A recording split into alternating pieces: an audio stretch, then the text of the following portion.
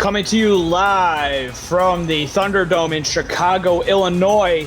We got a good one on tap for you in Week 7. It's the Charleston Predators taking on the Chicago Wildcats. The last meeting of this for the series was back in Season 13 when Chicago won 27-24. But Charleston, they're 0-5 against Chicago, looking to turn it around. Joining me in the booth is Ramos Lynn. Ramos, how you doing tonight? I'm doing great. Thank you very much for having me one more time in the broadcast booth. Always a good time when I pair with you. And this is two great teams that can really put points, Jeff. I mean, E.T. King, Mikey, and Proda, and Charleston has T.D. Drew. They have Keith Swearingen, great backs. Obviously, the wide receivers are always very good. Buchanan Simons is always a deep threat receiver, as well as Davius Reed. Tons of speed, and I'm expecting a high-scoring game. Yeah, this should be one of the better games of the week. Both teams are looking to turn it around, though. Actually, the lowest scoring game in this series. Do you remember this one, Ramos? 6-3 back in Season 11. I do. This was when the Charleston Predators were the Indy Red Devils. That was a very defensive game, but I think these two teams are very different now. I mean, the defenses, they have playmakers, but these offenses really can put points in a hurry. What's going to happen? Charleston 1-2 on the road this season, but they won the last time they were on the road against Arizona 16-10 back in Week 5. Meanwhile, Chicago this season, they're 3-0 at home, so something's got to give here. Charleston, what do they have to do in order to pull out the upset and get Chicago's first home loss on the season? They have to stop the run, Jeff. I mean, they were unable to stop the Jacksonville Kings last week on the run. They ran for almost 200 yards on them. So for Charleston to win on the road, they really have to stop the run. All right, so we're going to get this one going as Rob Ems is going to kick this one deep to get us underway, which means Chicago will get the ball first to start the second half. It's going to be Need in the end zone and brought out, and we'll get the Charleston Predators starters here. Coming in at quarterback, T.D. Drew, the running back, Keith Swearingen, and then the receiving core, Ken McCarro and Buchanan Simons. The tight ends, Lyric Da Vinci, Jay Taylor, and then the tackles, Fred Dukes and Butch Menner. First down and 10 from the 20. T.D. Drew under center on the first play of the game. Swearingen lined up right behind him. He's going to drop back. He's going to fire this one out to the sidelines to the left. Pass is going to be caught, and that's Ken McCarro's first grab on the day. Goes for a pickup of 9. Yeah, and I like the approach here for Charleston. A short throw, 9 yards, brings up a second and short, and really try to put T.D. Drew in a rhythm. I will expect for them to run the ball here in a second and short, trying to also get Keith Swearingen involved in the game. We'll get the starters for the Wildcats here momentarily. Second down and 1. T.D. Drew will go under center once again. And this time it's going to be a Swearingen handoff up the middle, and he's going to take a pop. As coming down and taking the shot at him was Jack Hacksaw. But not before he picks up enough for the first down, gets the ball up to the 36-yard line. The starters for the Wildcats on defense, Mar Rivers, Gerald Giudice, Khalil Thomas, and Danny Stinson. Linebacking core, Clint Hendershot, Buddy Blaze. Secondary, Ron Huff, Kanye Rockefeller, Jesse Vick, Jack Hacksaw, and Ryan Youssef. Handoff and up he's going to get hit in the backfield and dropped as Khalil Thomas making his presence felt early. 3-yard loss for Keith Swearingen. Khalil Thomas, a defensive end, a little bit maybe undersized for a defensive end, 6'1", 295, the rookie as a free agent, and a great job in the penetration because that was a nickel defense. If he gets past Swearingen, past the line of scrimmage, that's possibly big gain in the first down. And so backed up, 2nd and 13. Drew taking a shot across the middle. The pass is going to be caught.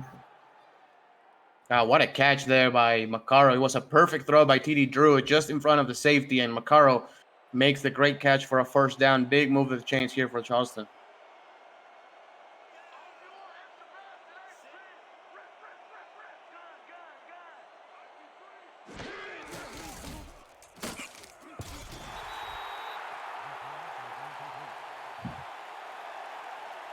Job by Gerald Giudice making the stop there, making the hit, and it's an incomplete pass. So Charleston is going to be in a 2nd down and 10 here.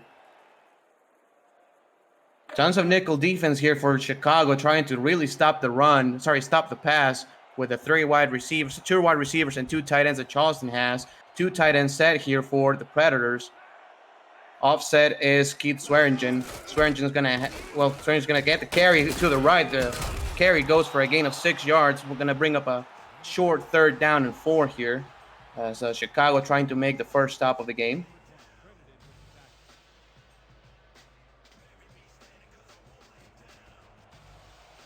Chicago in a 3rd and 4 defense here. They go in a nickel as 2 tight ends here for Charleston.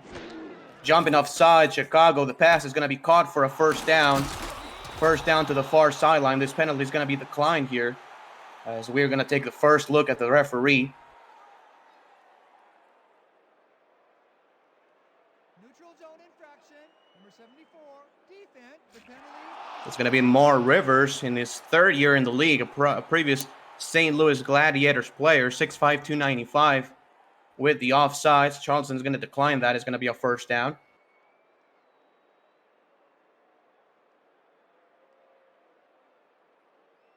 Charleston 2-4, Chicago 4-2, trying to get their 5th win of the season here, as 2 tight ends set again here for the Predators. Nickel defense for Chicago. TD Drew under center is going to throw. The pass by Drew is going to be caught, and Swearingen going backwards, loses 3 yards. He tried to reverse field to get a positive yardage to the other side, but unable to do so. He's going to bring up a 2nd and 13, and Chicago's defense really needs to make a stop here if they want to prevent Charleston from scoring any points, as Charleston goes in another 2 tight end set nickel defense. Hand off to the Drew to Keith Swearingen. Swearingen breaks a tackle. Is going to get about 6 yards on the play. The stop combined is by Buddy Blaze and a defensive lineman there to bring up a 3rd and 7. And this is where Ken Maccaro can really make another impact here. In the previous set of downs, he was able to get a big 1st down.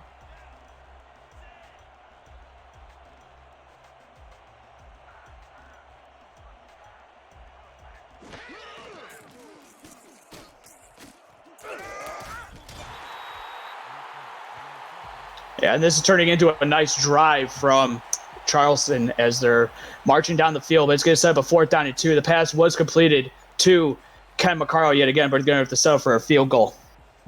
Yeah, and Charleston had a very good drive there. He's going to come away with some points if Moyer can make this field goal.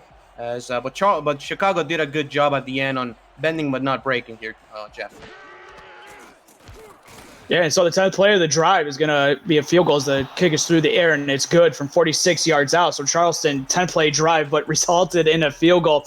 But again, it's just the little things. And then the defense for Chicago just playing outstanding there as soon as they crossed midfield and then having to settle for a long field goal attempt from 46 yards out.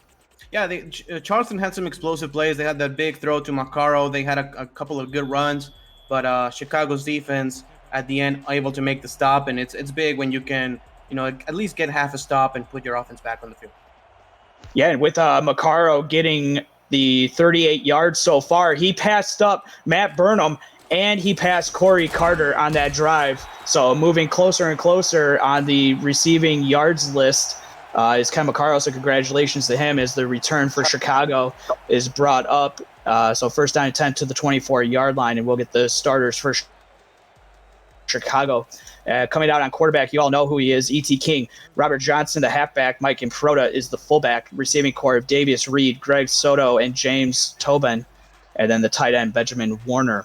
As E.T. King under center on the 1st down attempt, he drops back. He's going to take a shot, but he's going to pass it out to the right for a pickup of 5 on the play. And that pass is going to be caught by number 89, James Tobin. So his first start in the SFL, and there's his first catch in the SFL. Yeah, 2 very similar starts for both offenses. As we remember in the previous drive, Charleston did a good out route to Maccaro, and Chicago basically did the same thing now with Tobin, and just basically trying to set the same pace as King goes in a shotgun here. So 2nd down and 5. E.T. King now in the shotgun formation with Improta and Johnson blanketed to each side of him. But he's going to throw it underneath. Pass is going to fall incomplete. He was looking for Ben Warner, the tight end, but it falls incomplete. And we'll get the starters for the Charleston defense on the defensive line, Dick Baker and Jeff Hollywood. and then Joseph Saboka. The linebackers, Jack Hoffman, Jack Brown, and Tommy Zanardi. Secondary of Johnny Bravo, Corey Menner, and then Josh Reese, Zachary Bates, and Zach Lay make up the secondary. 3rd down and 5. Play action for King. He's going to find the receiver wide open going across the field, and that is going to be Improta with his first grab, and that's a big one, moving the chains up to the 39-yard line of Chicago. Yeah, that's a big mismatch problem, something that you do not expect, having the fullback spread out wide as a slot receiver, as Improta just runs a quick in route, gets the catch completely wide open in front of the linebackers, and a good first down here for the Wildcats. As they try to make up their own drive of their own after seeing Charleston march down the field and having to settle for a field goal. E.T. King finding Improta for the big first down conversion here is 1st down and 10. And a handoff to Improta going up the middle. He's going to do it all, and he'll pick up a gain of 3 on the play before he's going to be wrestled down. A good play here for Improta again, getting 3 yards, and Chicago trying to control the pace here of this drive. Good first down and moving the ball close to midfield. Watch out for this Lance here, Jeff, against the man-man defense. 2nd down and 7. We'll see E.T. King ruined around the pocket, going to throw it. He somehow finds the receiver, and that is going to be caught by Greg Soto for his first grab. And they're inside Charleston territory down to the 49. Yeah, Greg Soto, the Week 3 signing rookie player, has a good job by E.T. King stepping up in the pocket, getting an extra second, and delivering a great throw to his wide receiver. And this is exactly what you like to see if you're a Chicago Wildcat player, or if you're a fan of them. They're marching down the field here. E.T. King taking a shot, but it's going to be deflected, and it's going to be broken up on the play. Number 38, Zachary Bates, getting his paws out there. Great job by Bates. That wasn't a press man-to-man, but just a quick, sun route, getting in front of the receiver and making the deflection. If that's picked up, that goes all the way for 6. So 2nd down and 10. E.T. King buying a huge sigh of relief there. And it's going to be a handoff this time to Johnson going up the middle, but he's going to be wrestled down after a pickup of 3 on the play. So the Charleston defense doing their own impersonation of the Chicago's defense as soon as they cross midfield. 3rd down and 7 upcoming. Very important 3rd and 7. You're kind of no man's land here. You're ahead of the midfield stripe, but not close enough for field goal range, as they will go with 3 wide receivers. Maybe a look at the slot route here, number 89, James Tobon. And it's going to be a handoff to Johnson going up the middle, and he's going to be so close. He's going to be 1 yard short of the first down marker, as again, Zachary Bates coming up with a big tackle there. Yeah, gutsy call there. It was a 3rd and 7, and they go with an inside run. Obviously, Charleston maybe not waiting for it, but just shy, and they may go for this here. Nickel defense and a power set for Chicago. We'll see if they actually decide to go for it. There's 13 seconds left on the play clock. Under 5. Yeah, this is going to be the timeout that they're going to take here. I would have liked to see them actually go for it. They have Improta and Johnson, so they have 2 capable backs of getting the first down. And on this drive, when they've run the ball, they haven't been stopped. No running back or Johnson or Improta have made solid yards, a gain of 3 or more. And it would have been interesting to see if they would have went for it. Yeah, I agree, especially because Charleston went in a nickel defense, and that's really what killed them last week against Jacksonville. I mean, Jacksonville was able to run the ball up the middle all game because Charleston was in that nickel defense against the power sets. So, maybe Chicago going for that with an inside run could have been a good idea for them. And we'll see the first punt from either team upcoming. And it's going to be a punt from Travis Warren. And it's going to hit, and it's going to bounce into the end zone. They had guys around there, but it goes into the end zone for a touchback. And the thing that I found real interesting about this game is even though both teams are averaging 25 to 23 points per game, it's really the passing is actually kind of subpar compared to what both teams are used to. Yeah, I agree. And more teams are trying to rely more on the run, more 2 tight end sets here as Charleston is showing, and just try to run the ball a little bit more. Drew drops back. Pocket starting to collapse. He's going to find the receiver. Oh, I thought it was going to be caught by Simmons, but it falls incomplete. He was open, but give credit to the defensive back getting back there, number 24. That is going to be Kanye Rockefeller, and we all know what he can do. Yeah, I'll also give credit to Mar Rivers trying to put in some pressure on the outside and actually rush the throw by TD Drew just a tiny bit as Joseph, the strong safety, came in to make the stop 6'2", 230. Yeah, I recall when I called a Chicago Wildcat game earlier in the season, Ryan Youssef had, I believe, 2 picks in that game. I think it was against Charleston. I could be, or against Carolina. I could be wrong, but I know that Youssef, I could be wrong on the opponent, but I know Youssef had a big game. And that's going to be big for Chicago here as the pass is going to be thrown out from Drew to Simons yet again, but it falls incomplete, so not able to get on the same page as Simons and Drew. Yeah, and again, good pressure by the defensive line of the Wildcats and forcing that errant throw. A big 3rd and 10, and this is where Chicago, again, can put some pressure, can drop the guys back, and try to either get a sack or an interception as Charleston goes with their usual 2 tight end set formation. And Charleston is 1 of 2 so far on 3rd down. We'll see what they can do here on 3rd down and long from their own 20. Low snap, but Drew corrals it. Pocket starting to collapse. He's going to have to chuck this one underneath to Swearingen underneath, and he's going to be stopped for a loss of 1 on the play, and the defense was ready for that one, and they come up with another stop as Huff getting in there for the tackle for loss. Yeah, and that was an interesting set of combination of routes. The X receiver ran kind of like an in and out route, and then the Z receiver on the slot kind of ran like a post. So just trying to get him high and low, and at the end of the day, he just had to check it down because nothing was open. It actually, last series, Clint Hendershot actually, he got a tackle, so he is now tied for 11th all-time, or actually he takes the lead for 11th all-time in tackles. So congratulations to him as he keeps moving up the ranks to 11 right now. Yeah, it's been the force that has kept this defense, as being one of the best units in the SFL for a very long time. The veteran and leader of this defense, especially in the front 7 for sure. And now Chicago, after a 9-play, 36-yard drive, which resulted in a punt, are set up in excellent field position at the Charleston 47. King will fire on a slant route, but the defense was ready for it, and it actually falls incomplete. Luckily, it falls incomplete because there were 3 Charleston Predators in the area that could have picked that off.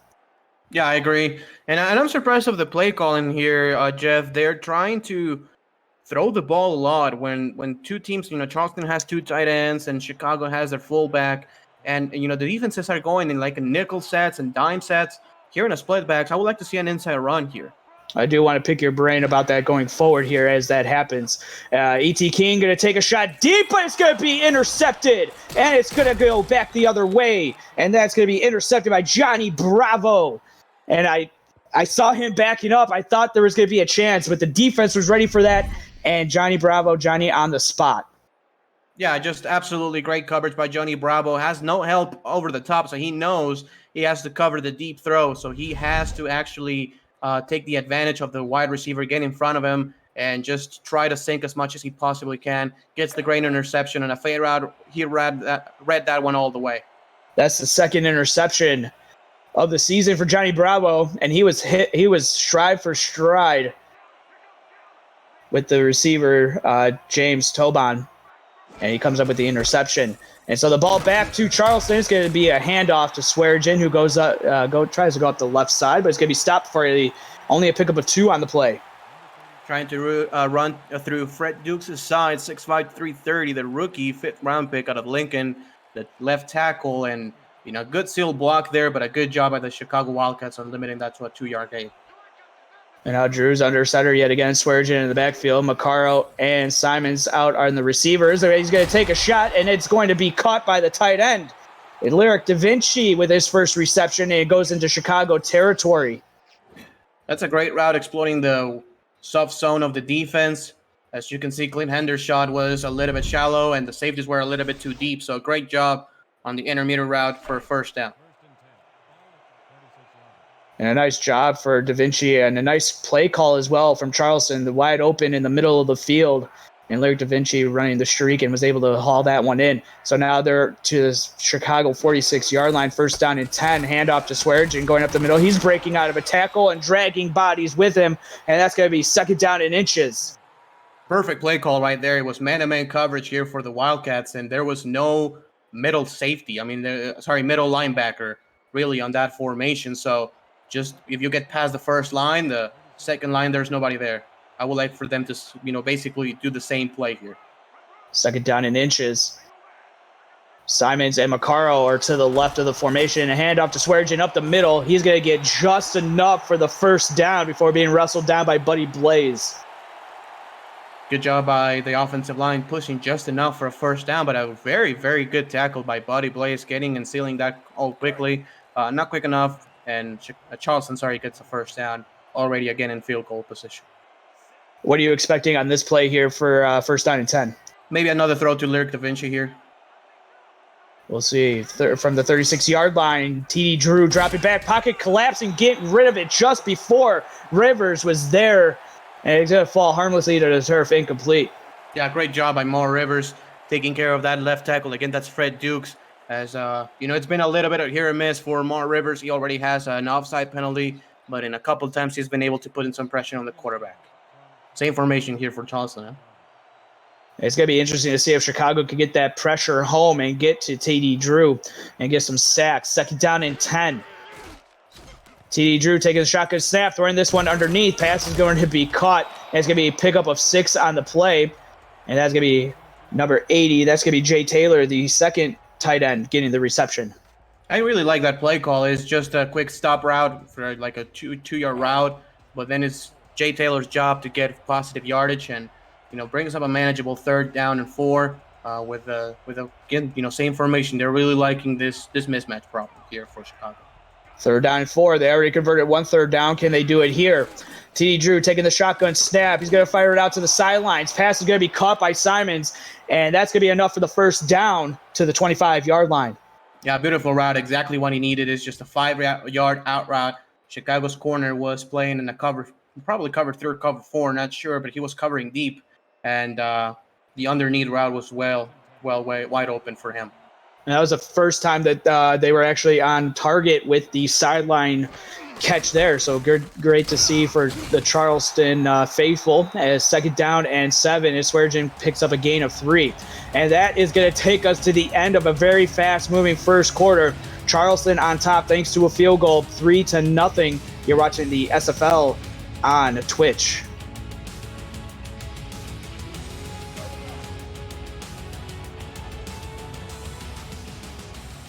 As we are getting set for the second quarter, Jeff Melanish and Ramos Lind in the broadcast booth, and thanks to KT Horrell and David Horrell in the stats truck. 2nd down and 7. Swearigan getting the handoff up the middle, makes a okie doke, and he's going to get enough for the first down before being wrestled down by Ryan Youssef. Great job by the Charleston offensive coordinator here, calling another inside run. As you can see, man-to-man coverage on the defense, and you just need that one push. The guard and the center make the push, and it's wide open field here for Keith Swearigan, who gets a first down. And great play calling on this drive, too. You've been pointing it out all game, but just the way that Charleston is dinking and dunking their way down the field and then taking some shots with Keith Swearigan as well. First down and 10. Going to throw it, almost going to be intercepted, but it falls off the hands of Buddy Blaze. Incomplete. 2nd down and 10. A great job by Buddy Blaze getting outside the hashes and almost outside the numbers and making the deflection. You really need a special type of talent at the linebacker position to go that far to the side and get deflection on the pass. 2nd down and 10 after TD Drew breathing a sigh of relief this time. And he's going to be in the shotgun with Swearigan to the left. He's got Macaro and Simons as the receivers. And he's going to take a shot to Macaro on the sidelines. Pass is going to be caught right there, and that's going to be a pickup of 3 on the play as Macaro, he's the sure-handed receiver as they come, and there he's got a 100% catch rate. Very interesting to see what they're going to call here in a 3rd and 7. I mean, they do have 4 receivers, very capable receivers to get a first down, but as we've said, it's been mostly dink and dunk. They go with 2 tight ends that, Buchanan Simons could be the guy. And it's going to be Swearigan, but the defense is ready for it. They're going to say he gained a yard, but that would be a small yard at that. And what a defense stop. Clint Hendershot getting another tackle in there, meeting Swearigan in the hole. Yeah, and they tried to surprise him with a run, but Chicago was having none of it. It's just 1 yard gain. The Predators, conservative, maybe they don't want to throw an interception or they don't want to fumble the ball on a sack or something. They're just going to have to settle for a field goal. And Chicago easily could have turned the tides if Blaze would have corralled the interception that was thrown to him. But it's going to be a field goal, and it's going to be through the uprights yet again. And Amanda Moyer remains perfect on the season, as it's now 6-0 lead. Yeah, good kick. And, Charleston with a 6-0 lead, it's 2 scores against 0. So, you can see really the Predators on offense especially have been able to move the ball methodically down the field. And Chicago has been unable to get that one big play. So, Charleston has to be very content on how this first half has gone.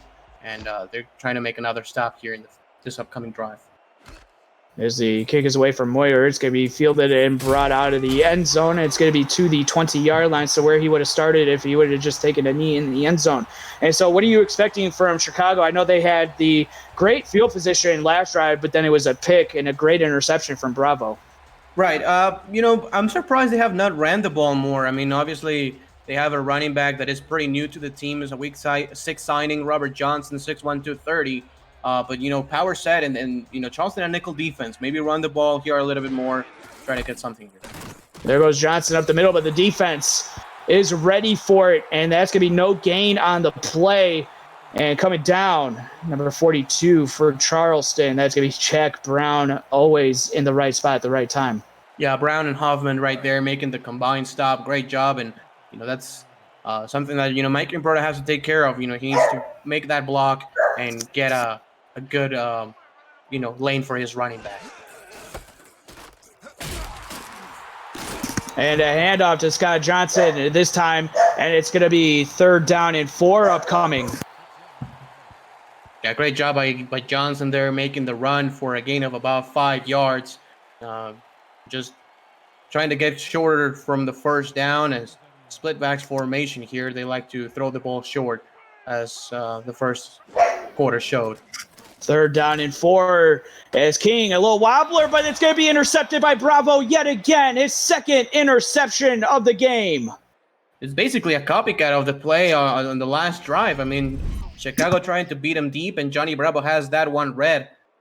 Great job in the backpedaling. Again, gets in front of the receiver, and there's no chance. I mean, there's really no space for E.T. King to throw that ball, and that had interception written all over him.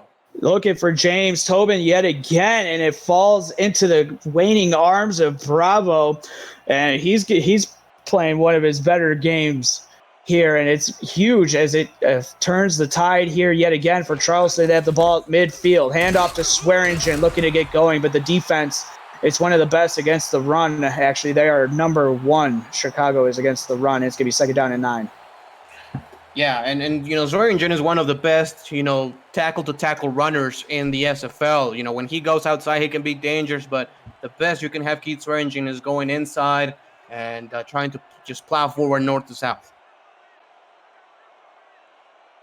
2nd down and 9 upcoming for Drew, who takes the shotgun snap, going to fire this one underneath, and it's going to be caught yet again by the tight end Jay Taylor, and this time he's going to go for a pick up a 4 on the play. 3rd down and 4 upcoming. Yeah, and they're trying to do the same play last drive, and it actually worked pretty well to make a 3rd down and 4 more manageable. And they like to go in those 2 tight end sets at one side, 2 wide receivers in the other side, and really make you think of where they're going with the ball. Maybe they're going to run here.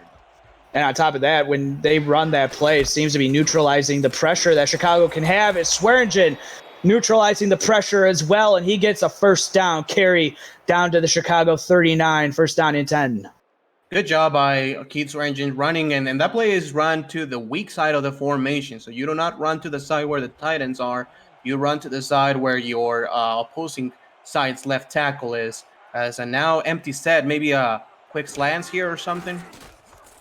Drew going to take a shot. It's going to be intercepted. This time, Chicago gets it. And going back the other way is Yusuf, and he brings it to the 39-yard line, and turning the tides are the Chicago Wildcats. Yeah, not sure about that play call. Buchanan Simons had a step on the corner. However, Charleston has been able to just move the ball down the field with ease with those runs and short outs and stuff like that. Not sure why you will throw a deep throw there. Yusuf coming up big for the Chicago Wildcats, and that will be his 4th interception on the season. And it couldn't come at a better time when Charleston was probably marching down looking to put up more points. So 1st down and 10, still a touchdown game. King looking to get going finally, but he's going to throw and he's going to lead Johnson a little bit too much, incomplete. And again, just the woes here for E.T. King coming out since the game started. Yeah, and just, Robert Johnson trying to get his feet wet here in the SFL, obviously a pretty new player here for the Wildcats, and just trying to get a little bit of momentum here. And I was expecting a high-scoring game, but, the Jack Stats guys had it on point. Only 37.5, and we are way on the under so far. A little draw play to Johnson going up the middle. That's going to be a pickup of 4, 3rd down and 6. But for Chicago, they had a 9-play drive, their first drive, which results in a punt, and then back-to-back interceptions. So looking to get at least Charleston's defense a little winded here would probably be the key factor for this drive. I agree, and I don't mind that draw play. Not too many teams run that draw play, but it was a power formation against another nickel set, so I see where they're coming from on that. So 3rd down and 6, and it's going to be a handoff to Johnson, who's going to be stopped 2 yards short, and that's going to be Jack Brown with another tackle. And Robert Johnson, 3.8 yards per carry so far, but 4th down and 2. Maybe would have liked to see a pass play on that 3rd down. Yeah, maybe yes. They like to play a little bit conservative, not trying to throw another interception. But I agree with you. I mean, you have a couple of very talented receivers. Avius Reed, Soto, and Toban has made a couple catches so far. Benjamin Warner, also a big tight end. So maybe just, try to get a 1st down and, not play it so conservative. Oh, and we're taking a shot on the return. Number 91 coming down and laying the lumber on the returner. Is credited with that tackle. Donnie Odom, the defensive tackle. And so what are you expecting from Charleston? I mean, Chicago not able to get going on offense, but Charleston at least has 6 points on the board. Yeah, I mean, they like to go in those 2 wide receiver, 2 tight end sets. I'm expecting their offense to be very balanced this drive. They will pass here. It's a shotgun formation. So maybe something like a quick out, trying to get your offense going early. 1st down and 10. TD Drew in the shotgun formation, takes the snap, throwing it wide open receiver caught by Simons. And that's going to be a big play as Simons getting going here. And it's all the way down to the Charleston 45-yard line. 1st down and 10 upcoming. Wow, what a great play here by Charleston. I mean, it's been a lot of dink and dunk here on 1st down, but there they go with a post route. And just the safety not in the area. He needed to sink a little bit more, trying to cover deep, and nobody on the defense took responsibility of a deep zone. 1st down and 10 from the 45-yard line. T. Drew now under center. Swearingen in the backfield. And it's going to be a handoff to him trying to go out the outside, but the defense ready for it and making the stop. Number 23, Ryan Huff. Great job there by the Chicago defense, just having outside leverage on both sides of the formation, actually, and making the stop before Keith Swearingen can bounce it up to the outside. Now that brings up a 2nd down and 11. Under center, handoff to Swearingen, trying to do the same thing, but the defense ready for it yet again. And Ryan Huff is there yet again for the same tackle as well as Glenn Hendershot. And as I said, I think it was last drive, Keith Swearingen can be good on the outside runs, but I think he's best when they run the ball between the tackles with him. And now in a 3rd and 11, you're really forced to throw the ball here. Yeah, now they go under center. They're just going to stay under center. Drew dropping back. Pocket collapsing it down. He goes. 1st sack of the game. Khalil Thomas will get credited with the sack. Yeah, what a great defensive drive here for Chicago. They make 2 stops behind the line of scrimmage on the running back. And right there, the defensive end just completely dominating the tackle. That's Fred Dukes, as he's had kind of a rough day so far. Yeah, Khalil Thomas has had a couple of nice tackles, and now he adds a sack to his name, and it's going to set up a 4th down and 16. So this is going to be the first punt that we will see from the punter, Wally Saddle, as the punt is away from Charleston to Chicago. It's going to be fielded and brought down at the 26, right where he caught it. And we've come here, I mean, the last couple of plays, the last couple of possessions for each team, it's been interception, punt, and since the Charleston Predators made their field goal. Yeah, and then this is why this Chicago offense right now really has to put a drive together and get some points before the half. As they've thrown a couple of interceptions, but their defense has been bailing them out. You cannot just depend on your defense to bail you out on the whole game. And there goes Infroda with a carry, his second one on the day, and he's going to be stuffed behind the line of scrimmage. They're going to say he got back to the line. With Zachary Bates in there for the tackle. Yeah, and Charleston has done a very good job in the run game last week. Again, Jacksonville, Jared Willis had a very good game, but this game so far, not Johnson nor Improda have had a particularly good game on the ground. We'll see if they continue to try to get one of them going, or both of them. That would be helpful for the offense. E.T. King dropping back and a fire to Johnson. It's off the hands, though, and it falls incomplete. As who else but Zachary Bates flying all over the field, and they're getting to Johnson before he could corral it. Yeah, great job again by the defense, and the defensive backs here for the Predators have been great. I mean, Johnny Bravo in the passing game has been great, and the rest have really rallied to the ball and making tackles. So very tricky situation here for Chicago because the deep throws have not worked. So, you're risking an interception again here. 3rd down and 10, bunch set. And E.T. King's going to be in the shotgun. He's going to take this snap. Pocket, he's going to throw it, but this is going to be intercepted by Bravo yet again. The 3rd interception, and he's taking it back. There is a penalty on the play, but so far he's got the ball to around the 30-yard line. Going to be the 32, depending on the flag. It's going to be a clipping, maybe. And it is a clipping on Charleston on the return, so that's going to bring them back. Zach Lay is going to be the one that's going to be guilty of that. Yeah, and that was just a floater. I mean, that had no business going there, as that was about double coverage. And Zach Lay, I'm not sure what they're calling there, but either way, maybe that was a block in the back, probably, instead of a clipping. But either way, Charleston with great field position. 1st down and 10 from the Chicago 47-yard line. So we'll have to see what the offensive coordinator decides to call here and the head coach for Charleston. As Drew's going to start on the shotgun. And he's going to take this snap pocket. He's going to throw it, and it's going to be caught by Ken Maccaro. And he's going to bring it inside the red zone down to the 21. And that was a go up and get it, and he went up and got it. Yeah, absolutely. TD Drew trusting the wide receiver there. Throws a perfect pass. Great protection by the offensive line. And just on the money, the safety not far enough, not deep enough to make the deflection. And Charleston right now close to the red zone. Hacksaw getting the tackle on Maccaro, but it was too late. He was able to get down to the 21. And now TD Drew will go under center for this 1st down and 10 from inside the red zone, barking out some signals to the rest of the offense. He's got Swearengin in the backfield. It's going to be a handoff trying to get outside, but not waiting for the block there. And he's going to be wrestled down for no gain. Clint Hendershot yet again getting a tackle.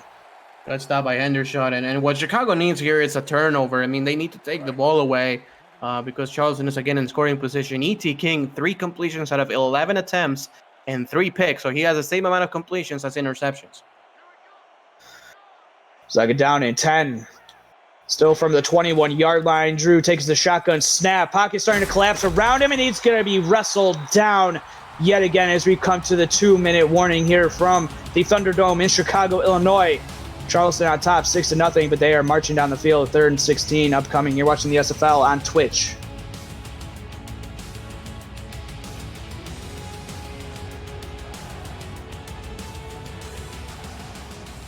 And with 2 minutes left to go in the first half, 3rd and 16 from the Chicago 27-yard line. Drew dropping back from under center, throwing it across the middle of the field, but luckily it falls incomplete, so they'll still have a chance at points, but that one could have been going back the other way. Yeah, and the wide receiver, Ken Maccaro, had a little bit of a space, but that was heavily covered by the safety, so probably a blessing in disguise for Charleston that ball was completely overthrown, clearing anybody, and Amanda Moyer will attempt another field goal. And she is 2 for 2 on the night so far. 4th and 16. having a chance to put this one up 2 scores to make it a 9-0 ball game. Snap is down, kick is on the way, and it's through the uprights from 44 yards out.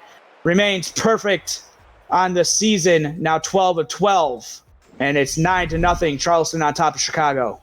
Yeah, good kick by Moyer, who has put all the 9 points that we have in this ball game so far. And I mean, Chicago, I mean, they really need to respond here because it's 2 possessions, and they have been unable to move the ball consistently as of the last quarter. And so they have 6 points off of turnovers, are the Predators. And they extend the lead to 9-0 as the kick is away, and it's going to be kneeled down in the end zone by Reed, and so the ball will come out to the 20-yard line. With 1:52 left to go, Chicago, they do get the ball to start the second half, but what is really important about this drive to make sure they get some points? I think they need to involve Davius Reed. I mean, he has no targets and much less catches so far in this game, so he's your number 1 wide receiver. I will say that you have to involve him a little bit more with, quick ins, quick outs, slants, something like that. First down at 10, E.T. King, short drop back and a throw to Johnson coming out of the backfield, who corrals it this time, and he's going to get close to the first down marker. He's going to be 1 yard short before he's pushed out of bounds. Yeah, good job getting out of bounds by the running back as Corey Menor made the stop, but, good job by the running back Johnson on getting out of bounds, stopping the clock, and Chicago has plenty of time. They have 2 timeouts. They only have to go about maybe 40 yards to get into field goal range. So not too bad and a good start for this drive. And so more importantly, they get out of bounds, so they preserve their 2 timeouts they have remaining. Johnson will get the handoff here going up the middle. He'll get enough for the first down up to the 31, but more importantly, not taking a timeout yet are the Wildcats. I wouldn't take a timeout either. I mean, there's still 90 seconds left. I will hurry up a little bit, though. But, again, you still have plenty of time. First down and 10 from their own 31. Handoff to Johnson yet again, trying to go up the middle. He's going to wrestle a guy down. What a powerful stiff arm. And he's going to get past to midfield. And just like that, the best run of the night by either running back from either side. And now they're going to hurry up to the line. First down and 10 as Scott Johnson looking to go off. And he gets the handoff yet again. He's still loose, and he's going to be 1 yard short of the first down. Second down and 1 upcoming this time. Hurrying it back to the line, E.T. King and the rest of the Wildcats offense. Let's see, is Charleston ready to stop it? Johnson getting just enough for the first down, and they're still going to hurry it up. Under 45 left to go. I will call a timeout here. I mean, Johnson is getting completely gassed. Robert Johnson with another carry going up the middle. That's going to be a pickup of 3. Coming up to 30 seconds remaining. It's at 32. E.T. King under center. Handoff to Johnson yet again. Getting positive yards, and he's going to be wrestled down after a pickup of 4 on the play. Third down and 3 upcoming. And I'm surprised Charleston was unable to really stop it in any down. I mean, it was Johnson getting open space, but again, 3rd and 3. You're in field goal range, so you do not really want to get sacked and get out of field goal range. So I think they will throw the ball, and they go in an empty set here. So yeah, empty set under center for King. 4 down linemen on the defensive front for the Charleston Predators. King short drop, flick of the wrist, and pass is going to be caught out wide on the slant route by number 81, Greg Soto, coming up with his second reception. And they're going to hurry it here. I will spike it here. 10 seconds left. E.T. King, pressure in his face, and he's going to be sacked. And Chicago will burn their last timeout with 7 seconds remaining. Yeah, I would have spiked it there, just trying to, gather and huddle up again because you still had a couple more plays maybe to get something. But they will take the field goal here. They have no timeouts, and if they get sacked again, it will be the end of the half. That's the first sack of the night for Joseph Saboka, and that's the 4th on the season for him. And it's going to make a Rob Ems field goal attempt, trying to put some points on the board for the first time. Snap is down, low snap, and it's going to be blocked. And it's going to be picked up. It's going to be fouled on by the Charleston special teams, but they come up with a big block, and that's the thing is you push them back with the sack, makes the field goal attempt a little longer, and then the snap was just a poor snap exchange, and the holder not able to put it down in time. Yeah, and Chicago was getting no breaks here so far in this game. I mean, they could not get the hole right. And important to see and interesting to see, will they throw the ball deep here, Charleston, trying to get another score? With 1 second remaining, still an opportunity for Charleston. Shotgun formation for Drew, who's got Swearengin to his left. Who takes the snap. There's going to be the last play, and they're going to throw it underneath to Swearengin, looking to get anything going. He breaks out of a tackle. He's still on his feet, but he's going to be wrestled down in Chicago territory at the 48. And that's going to bring us to halftime after a very entertaining last 2 minutes of the first half of play. As you take a look at replay for Swearengin. I like that play call. I would like to see them going back to it maybe in the third or fourth quarter. That was essentially like a screen because it's a very quick throw to Swearengin, and then you have the receiver blocking on the outside. So a good play call, and just trying to see what Swearengin can get before the half is done. And we've come to halftime in a 9-0 contest as Charleston's on top of Chicago. And Ramos, I know it's a pretty interesting score that we have. But again, I mean, like we said back in season 11, it was 6-3. So a little throwback here, but just some of your thoughts on the first half of play from what you saw from either side. I mean, very impressive defense from Charleston. They came in and have played a complete first half on defense. 5 of 13 for A.T. King, 3 interceptions, and a quarterback rating of only 8.3 points. And Robert Johnson had a good streak of carries at the end of this second quarter. But other than that, I mean, he did nothing for the first 20 minutes of the game. So it's been really Charleston's defense and special teams as well, with that blocked field goal setting the tone for this game. And Keith Swearengin has ran the ball mildly successfully. TD Drew 14 out of 21. So it's not been the most impressive offense for Charleston, but the defense has really done their job. Yeah, and Johnny Bravo with 3 interceptions. If you guys are just joining us, has taken E.T. King completely out of his rhythm, as 6 points off of those turnovers for Charleston, adding on to that 3-0 lead that they had earlier in the game to make it 9-0. And so, I mean, it seems that Chicago just doesn't seem to have that big play ability in them so far in the first half that we saw. What I know that with Mexico City, just some of your thoughts on different intricacies that you can work with to try to get the quarterback back in a rhythm where that he's one of the best quarterbacks in the SFL. I mean, just try to get him in timing routes. It seems that they have tried to do a lot of posts, a lot of slow developing plays, but maybe try to get him in a slant pattern, maybe just a quick out, a drag route, something like that, trying to make the wide receiver run after the catch, kind of a West Coast offense a little bit, and just try to get some rhythm instead of just trying to get a deep throw, because every time they've done it, it seems that it's getting intercepted. So yeah, that's basically what I will do, is just throw the ball short and just get it into rhythm offensively. Some other Northwest stats: Khalil Thomas has 1 sack, along with Danny Stinson has a sack as well for Chicago. On the other side for defense, it's Joseph Saboka who got the sack, and that's the only one for Charleston that has a sack so far. But outside of that, 3 interceptions for Johnny Bravo, looking really strong for a player of the game this far, but we'll see. We have a whole second half left to go, and the kick is away. It's going to be brought out by Reed from 1 yard deep in his end zone and brings it out to the 21-yard line. And Davies Reed is another man. I mean, no catches, again, no targets so far in this game, so it's been tough sledding for this offense and trying to get something going, as with the first offensive player of the game, of the second half. Their run worked pretty well at the end of the first half, so maybe they will try to run the ball here more.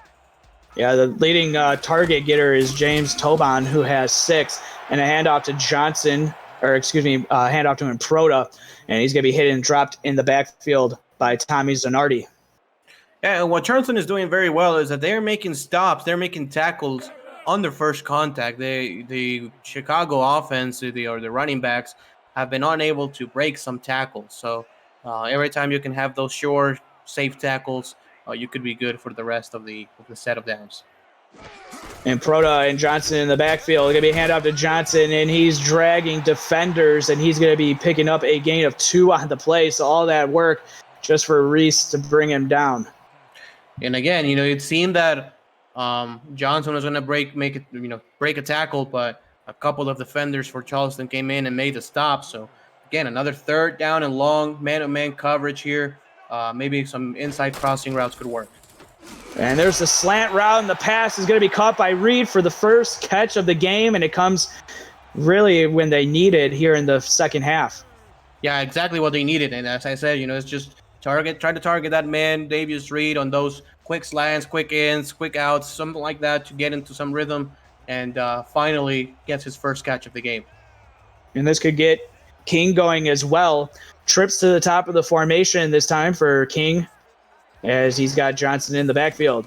Play action, and he's going to fire it to the left. Pass is going to be caught, and that's going to be Greg Soto with his 3rd reception, and it's going to go for a pickup of 8.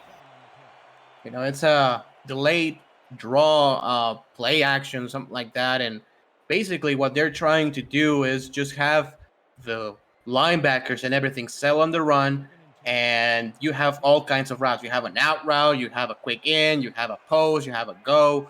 It's a lot of different combinations and very hard to stop.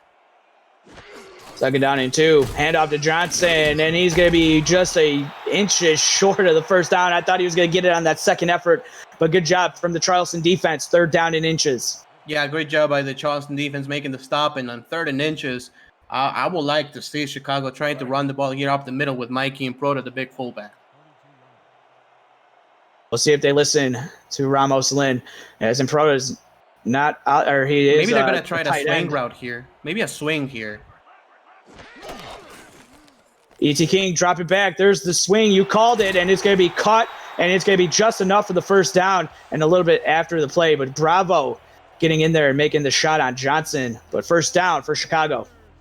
Yeah, a very effective, set of, the formation being a very, very tight formation, everybody on the line, and just throwing the ball to the outside. So, you have the defense key on the inside, and then you go to the outside, and you can have some space.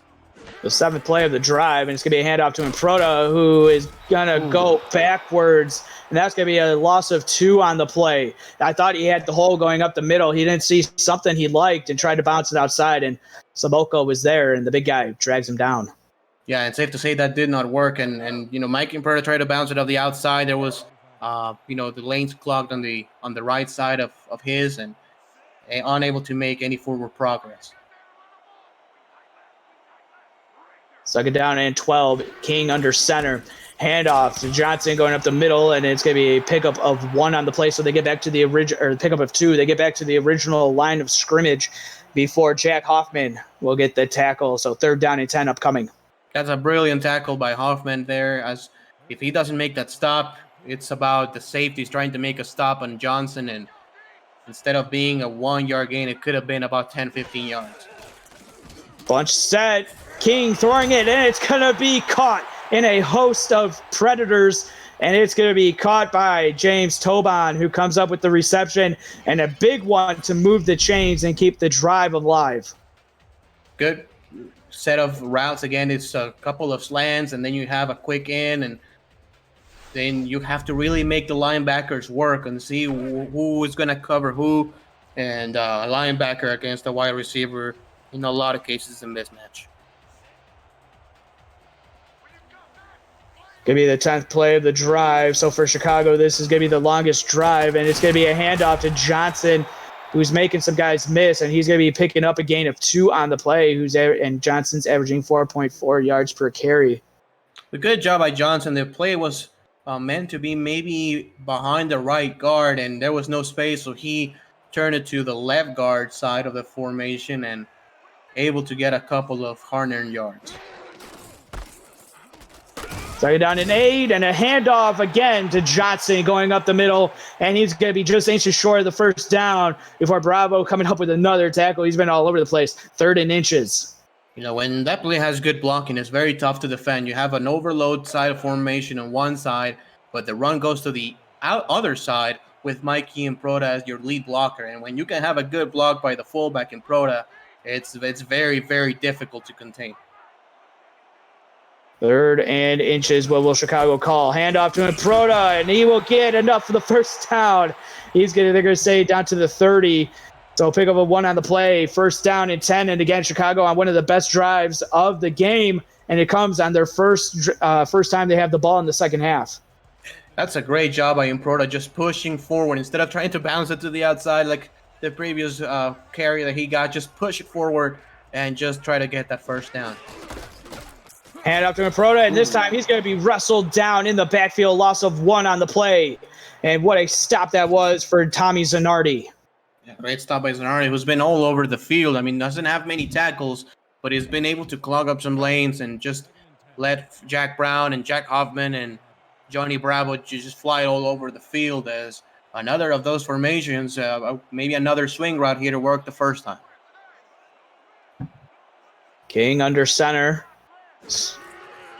You got Johnson out wide, and it's going to be that swing pass yet again. They picked up 5 yards the last time they used it in here. They'll pick up 4 on the play, and it's going to be 3rd down and 6 from the Charleston 26-yard line. And then what they like to do here in this 3rd down and this type of situation is just have a bunch side of a formation and try to run a quick in just for a first down. They go in split backs here, though. Let's see if they run. 3rd and 6. Handoff to Johnson. Somehow gets out of it, but it's going to be a pickup of 2 on the play. And it's going to be 4th down and 4 upcoming. So the field goal unit will have to come out, but give credit to the Charleston defense, who comes up with a big, big stop yet again. And that's going to be Jack Hoffman.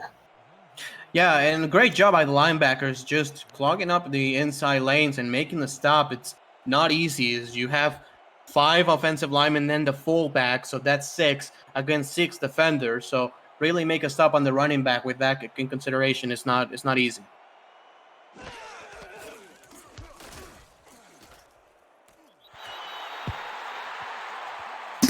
And the kick is good from Rob Ems from 41 yards out in Chicago. Gets on the board for the first time, and that was a big drive orchestrated by E.T. King and the Chicago offense getting down the field and making it a 9-3 ball game. Yeah, and a great job there on the hold and the snap. Finally getting that together, and good 3 points for Chicago. This is far from over, so if you can get some points, get into a 1-possession game, you're good as long as your defense gets a stop. And the kick from Ems, and it's going to be brought out. And Charleston will start at their own 24. So the first time that Charleston gets the ball, more than half of the 3rd quarter is already gone. With 3:39 left to go, Charleston will get the ball. Yeah, and Charleston, again, they have done a fine job on the first half of, they just turned the ball over once, but, TD Drew, 14 out of 21, 132 yards. Keith Swearingen with 44 yards. So, their offense has worked. They just need to get more momentum. And they're going to start with a handoff to Swearingen. It's going to be wrestled down in the backfield. Hendershot in there yet again for the tackle. 2nd down and 10. And, Charleston outside runs have really not worked. There's been a lot of runs inside, and it's been a lot of, short throws. 2 tight ends said, 1 to either side. Maybe a pass here to Jay Taylor. 2nd down and 10. Drew taking the shotgun snap. Going to fire across the middle. Pass is going to be caught by Macaro, who's going to be wrestled down and picking up a gain of 4, 3rd and 6 upcoming. Yeah, nice throw. But Jay Taylor, that man, the tight end number 80, he was wide open on the far sideline. If TD Drew watches him, if he sees him, I think that's a first down. But still, it was a completed catch, a 3rd and short, or a 3rd and manageable, rather, and very convertible. So on 3rd and 6, Drew firing across the middle, but it's batted up in the air and almost intercepted by Blaze, who would have had his 2nd interception, and it falls incomplete. So looks like the momentum's starting to turn tides a little bit in Chicago's favor. 4th down and 6, they got the stop that Chicago needed. Yeah, and a great job by the Chicago defense. Quarterback Drew had really nowhere to go on those ones and on that play, and it's just Chicago have played really well all game long defensively. If they can get a good return here, good field position, they can be in scoring range again. So 4th down and 6, and the first punt for the second half. Ooh. Oof, what a shot that was. It's a good thing we're up here in the booth. We don't have to deal with that for the most part. So if you're new to the SFL, the Simulation Football League, you're watching the first controller-less esport where strategy and AI instead of thumbs determines outcomes. Teams submit game plans prior to the simulation, and the results play out live in real time with hundreds of viewers turned players, scouts, coaches, and team owners on the field to create an all-new kind of virtual reality. Visit the website, simulationfl.net. It's intercepted. It's going back the other way. No one's going to catch him into the end zone. Charleston extends the lead, getting the momentum back on their side. What a play. Oh, what an unbelievable play by Zanardi. He read that one as a safety, pretty much. As you're going to see on the replay, he just plays his zone, and basically his job is undercutting every single route that comes on the middle side of the field. So the coaches tell you, hey, do not let anybody cross your face. Get in front of the receiver if they're going to cross, if they're going to do a cross route. That's exactly what he did, and he took that all the way for 6 points. Good job from Tommy Zanardi. That's the first interception for him in the season, and it couldn't come at a better time as he just takes that. That's his first career interception at that, and he takes it. His first career interception goes for a touchdown, pick 6, as the kick from Moyer is through the uprights and good. 16-3 is the ball game, but Ramos, I mean, just that's been the bugaboo for Chicago all game long, is just at certain points when they seem to get the momentum back on their side, it's stuff like that where the interceptions just bite them. I agree. I mean, if you look outside of the interceptions, E.T. King is 10 for 15, which is about 66%. And on third down conversions, Chicago is 6 out of 11, which is above 50%. So other than the interceptions, they have been pretty good offensively, but it's just, they cannot take care of the football, Jeff. Yeah, and they really haven't had a long sustained drive at that. The longest drive was after halftime, 16 plays, 54 yards, and then resulted in a field goal after all of that. So it seems like something's been off here for the offense, and we'll see what E.T. King decides to do after throwing the interception on just a moment ago to Tommy Zanardi, extending the lead 16-3 as he drops back. He's going to fire it to Johnson coming out of the backfield, and he's going to go for a pickup of 5 on the play before being wrestled down by Corey Menner. Yeah, and it's been a situation where, Chicago, as you said, have done a couple of good plays. It seems that their offense is clicking, it's moving, but then they just kind of hit a wall and then just cannot get off the interception button. 2nd down and 5, handoff to Johnson, and he's got enough for the first down before he's going to be wrestled down on the play. That will be Josh Reese. Yeah, and just something to clarify, as we saw a graphic, it showed E.T. King with only 3 interceptions. It's actually 4. However, that interception had a clipping penalty, so it's just an error on the system, but he has 4 interceptions. That's what he's thrown. And trying to get the momentum back on their side. Hand off to Johnson. He'll go for 2 yards. As it looks like Davius Reed, he has some cramps and he may return to the game. That would be a huge loss if he's not able to come back for the remainder of this game. Yeah, I agree, because that's their outside receiver. He's made a couple of good catches here in the third quarter, and that's also their return specialist for kickoffs and punts. So it's going to be pretty big if he cannot come back to the game. I think he will, maybe by the middle of the fourth quarter. Throwing it underneath, pass is going to be caught, and that will be caught by number 85, Jimmy Sanders, the backup tight end, getting his first grab of the game. And it's going to be 3rd down and 1 upcoming, so very manageable 3rd down for Chicago. Yeah, I agree. As we've seen Mikey and Proto get those carries for a yard or so. So maybe giving the ball to 34 would be a good idea. We'll see. He is in the backfield in the fullback position just before Johnson, but it's going to be a handoff to Johnson, and he's not going to go anywhere. He's going to be stuffed behind the line, and give credit to who else but Tommy Zanardi yet again. It's going to be 4th down and 1. You know, it's difficult not to give the MVP of the game to Johnny Bravo with 3 interceptions and 4 tackles, but Tommy Sonardi has been all over the field tonight. He has, and he made, more importantly, the biggest play so far with the interception to bring it back when Chicago seemed to have no momentum. But we've come to the end of the third quarter. Charleston on top, 16-3, and they're going to get the ball back. You're watching the SFL on Twitch.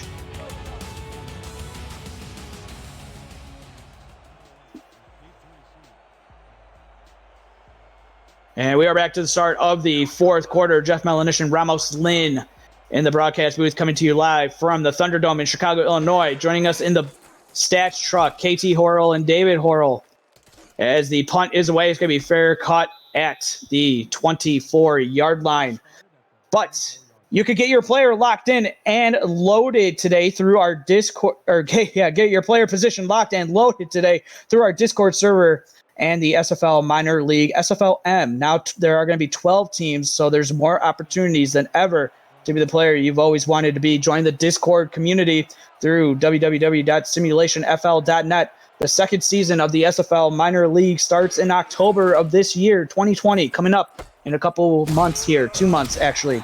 So contact Deputy Commissioner Andrew Rastelli on Discord for more information, as the pass is going to go to Swearingen, and he's going to be wrestled down for a loss of 1. Yeah, and the SFL-M is great. I mean, we have great players coming up the SFL Minor League. I know that I have at least a couple of players there, but you look at a guy like Brian Dynasty leading the league in passing yards, playing the SFL Minors last season. And down goes Drew. Danny Stinson now with his second sack of the ball game, and that's a big one, 3rd and 18. Great coverage by the Chicago defense. Linebackers and corners had those wide receivers and tight ends on lock. And Danny Stinson able to get past the line of scrimmage for a big sack as 3rd and 18. And this is where really Chicago could get an interception, forcing an errant throw. We'll have to see what Drew decides to do. Are they just going to play it safe and hand it off to Swearingen? No, he's going to drop back. He's going to look to throw and almost intercepted, but Macara with the grab as looking to jump the route. That was number 32 for Chicago. That's going to be Jack Hacksaw that looked to try to get his own Tommy Zanardi on. But instead, Macaro with the reception, but it's still going to be 4th down and 8, so they're getting the ball back. Yeah, and I like the play call by Charleston. I mean, there's really no need to throw the ball deep if it's going to be intercepted, if it's double covered. So just try what you can get and punt the ball. I mean, your defense has only allowed 3 points all game. You can really rely on them. The punt is away, but so far the Chicago defense has played really well against Charleston in the game since they made it 9-0. Then Chicago got the field goal in the second half, but Charleston has had punt and then they punted again in the second half. So Chicago is definitely picking up on some tendencies that Charleston's trying to use here against them. Yeah, I agree, and they go with 4 receivers here. I think it's the first time we really see that from the Wildcats. Maybe some quick ins. King, short drop. He's going to flick the wrist. Pass is going to be caught by Toban, and that is going to be enough to move the chains, and it's going to be 1st down and 10 from their own 49 on the next play. And that's the quick in formation, play, and it's a good thing. I mean, you spread them out wide, and then you go crossing routes over the middle, and put in the wide receiver on the linebacker area. I wonder if they're going to go back to that formation and play call here, as they definitely had open receivers on that play. And the handoff here to Johnson on 1st down and 10, pick it up 2, going to be 2nd down and 8. And Chicago really doesn't have to hurry up much. I mean, they still have more than 8 minutes left in the game, 3 timeouts, and they are now in Charleston's side of the field. So, you can just, protect the ball and try to get some points here if we could, as maybe they will try to run it again with Johnson here. King dropping back 3 steps, going to fire it quickly to Warner, and that's going to be caught. That's his first reception of the night, and Ben Warner, that's a big one. It's going to be enough to move the chains and inside Charleston territory to the 39-yard line. Great route. It was just a quick slant route, but it seemed like a delayed slant route as the tight end got open at the last possible second, make the great catch, and Chicago still moving the ball consistently. Full house backfield for Chicago. Handoff to Johnson, trying to get positive yards. He will pick up a 4 on the play. Going to be second down and 6. But this is what is sort of this is what's at stake. Charleston looking to go for 2-2 on the road while handing Chicago their first home loss of the season. But more importantly, Chicago owns the series 5-0. So Charleston looking to get their first win against Chicago as well. E.T. King taking the shotgun snap. He's going to take a shot deep. Pass is going to be caught. And that is going to be caught by the receiver, number 81. And that's going to be Greg Soto on the reception. That's probably the first time that King has made a completion like that deep to one of his receivers. Luckily, Johnny Bravo wasn't there. Yeah, you're not wrong. That was a 20-yard completion by number 81, Greg Soto. And this is the first time we've seen Chicago try to do that corner route from the innermost guy. And it worked beautifully on that one. As now they go with 3 wide receivers.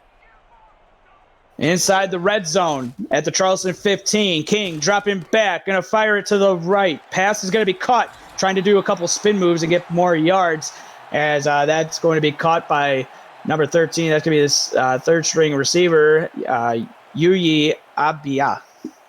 Yeah, Yuyi Abia. And it is, basically their number 4 wide receiver. And Charleston was basically covering the other 3, and he was completely wide open for 7 yards. So Abia getting his first grab and a handoff to Johnson. He shrugs off a couple tackles. He's still on his feet. He's going to punch it into the end zone. Nice. Touchdown, Robert Johnson.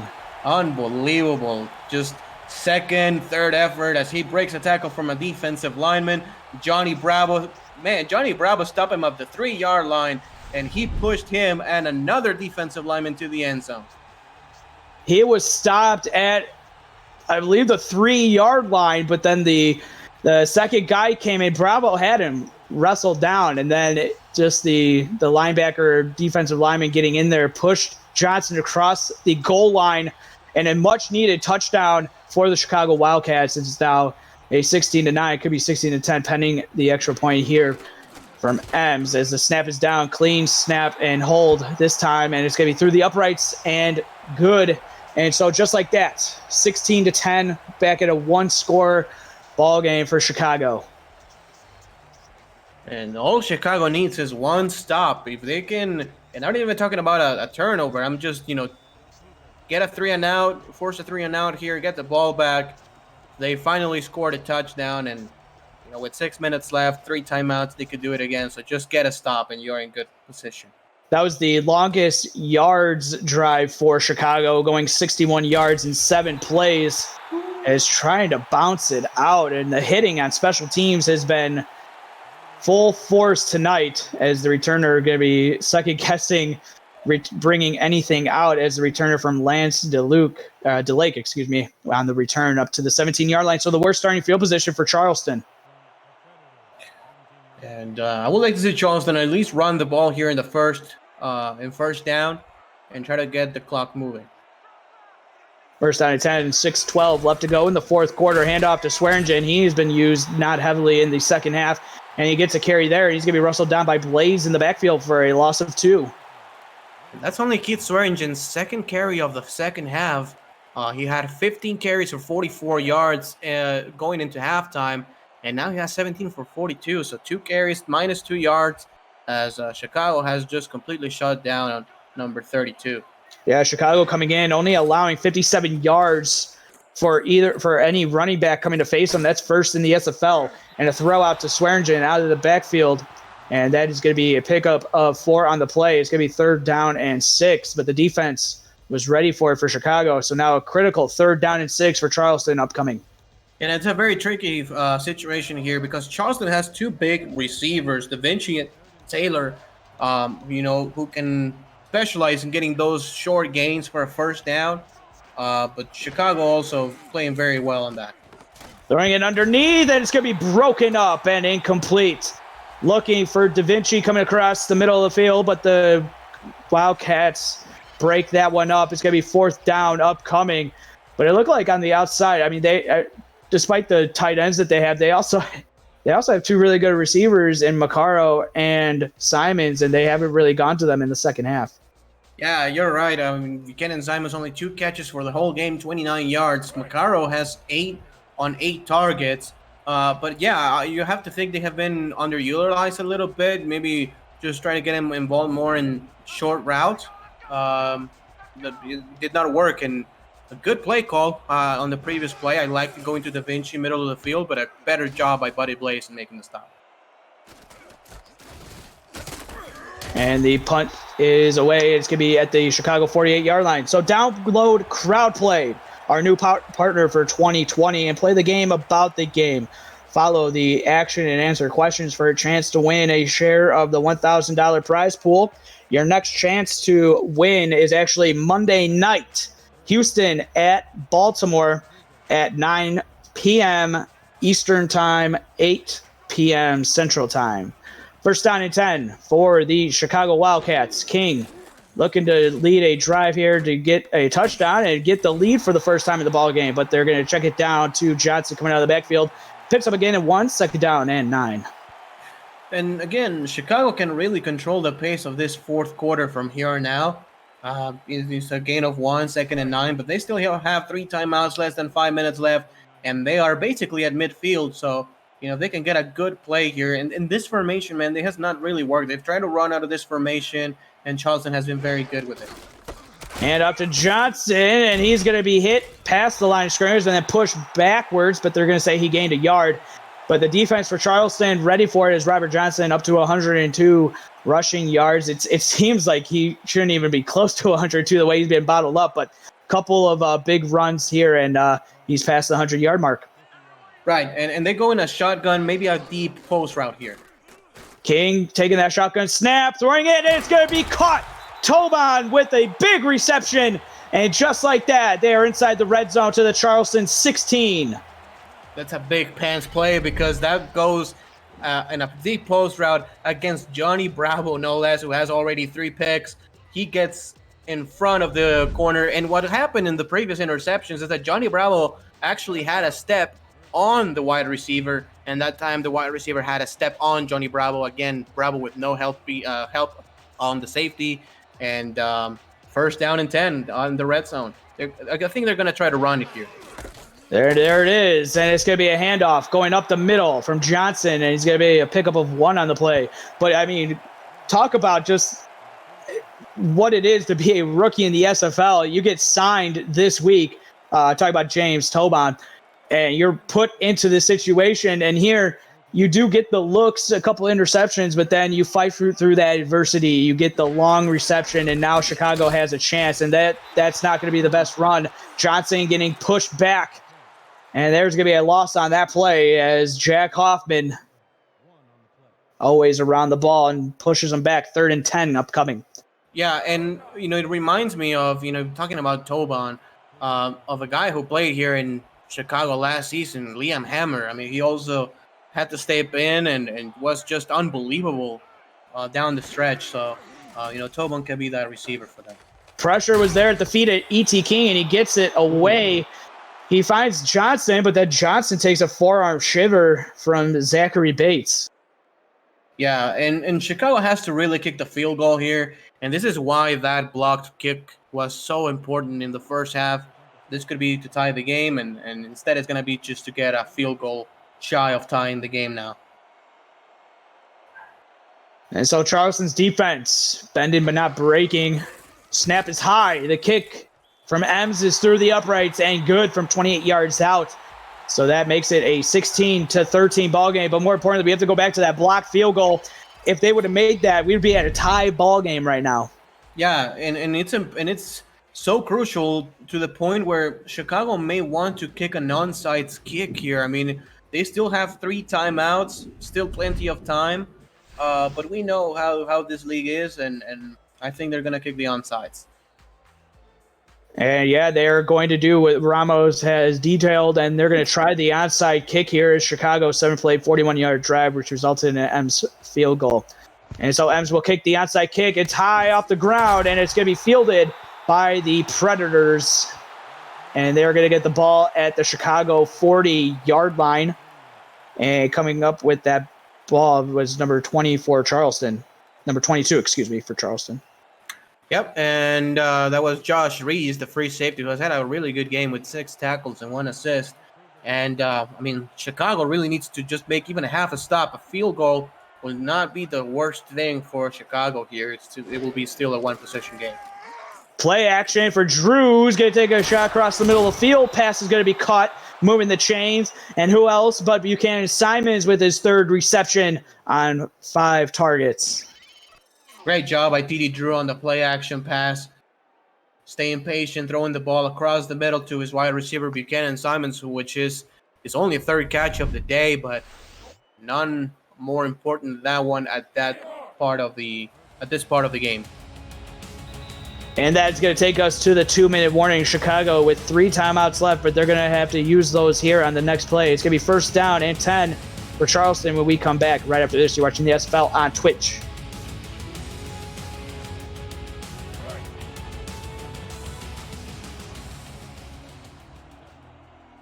And we are back for the final 2 minutes in a very exciting Charleston-Chicago ball game. 16-13, Charleston on top, looking for the first ever win against the Chicago Wildcats. Handoff to Swearingen up the middle. And that's going to be a pickup of 4 on the play before being wrestled down by Blaze, and Chicago will call their first timeout. Yeah, and if I'm Chicago, I'm just defensively, I'm just selling completely for the run. I'm just like, safeties, linebackers, just focus on Skeet Swearingen and let's stop that guy. Because I think Charleston would like to just run the ball to end this game. 2nd down and 6. Drew, handoff to Swearingen, looking to get outside, but the defense is there. Blaze with another big tackle. Loss of 1 on the play and a 2nd timeout charge to Chicago. Yeah, very important tackle, because if he doesn't make that tackle, that's a 1st down and maybe even a touchdown, since Blaze was the only defender inside. 3rd down and 7. Charleston, 3 of 11 on 3rd down in the game. This would be a huge 3rd down conversion for him. With 1:53 left to go, handoff to Swearingen, and he's going to be wrestled down by Hendershot in the backfield. Loss of 1 on the play, and Chicago burns their last timeout. 4th down and 8 upcoming. And again, going back to the same thing, it's just Charleston will kick a field goal. Chicago still has a chance. They can win it with a touchdown and plenty of time left. No timeouts, but still a minute and about 40 seconds they will have. Amanda Moyer looking to stay perfect on the season. Snap is down. Kick is through the air. And it's through the uprights and good from 42 yards out. Charleston extends the lead. It is now 19-13. Good kick by Moyer, and she has been great. I mean, 4 out of 4 in kicking, and that one right between the uprights are good. And I think Davis Reed is back in the game, right? For kickoff returns, I mean. So let's see if he can get a good return. Yeah, 1:47 left to go. No timeouts for Chicago. Down 6. So getting into the end zone is eminent here for Chicago if they want to get the win. And it's going to be brought out by Reed, who is back after battling some cramps earlier in the game. And he brings the ball out to the 23-yard line. And so, Ramos, everything's led to this. This is it. This is make or break. You got 1:42 left to go. I know there's probably some quarterbacks that you'd like to have, but E.T. King is probably one of the best that you'd want to have back there. Yeah, I agree. And, he's been there so many times before. He has great receivers. I mean, you have guys like James Tobon, who just had a big play. So just, have confidence in your wide receivers and get something. And he's going to be wrestled down and sacked on the play. Not a good way to start, as Joseph Saboka yet again getting a sack on E.T. King, and they're going to have to hurry this one up. King, pressure in his face, and down he goes again. Saboka with the 2nd sack, straight sack on this possession. 3rd and 17. I don't know if Chicago's in the right play call here, but they're going to drop back yet again. Pocket is clean, going to fire it out. Passes off the hands of Johnson, falls incomplete. This is it. 4th and 17. Ball game on this next play. Man, that was just a horrific set of downs. They have to go for this, obviously, but I mean, after that first sack, you really need to just huddle back up or spike the balls, do something, get out of there, because that, now it's 4th and 17, and there are not too many plays in the playbook that can convert in 4th and 17. And it looks like Charleston might be playing a little man on the 4 receivers going out wide, and that's not going to be close, and it's going to be broken up and wrestled down as Charleston gets the stop on 4th down. Yep. And again, there are not too many plays that get deep enough on a 4th and 17 situation. That was clearly not one of them, but good job by Charleston. I mean, they got 2 sacks at the most crucial time. Joseph Sobokan will finish the game with 3, and just overall, you have to say Charleston played a very, very good game on the road. Yeah, they did, and 19-13 will be the final score here after a couple of knees by TD Drew. But give credit to Charleston, who were 0-2 on the road before their last 2 home games against Arizona and now Chicago, as they're going to move to 3-4 on the season and turning their season around after a not so great start up to their standards through the first couple of weeks of the SFL season, but turning it around here late, getting a huge win against Chicago for the first time, and it happens to come on the road as well.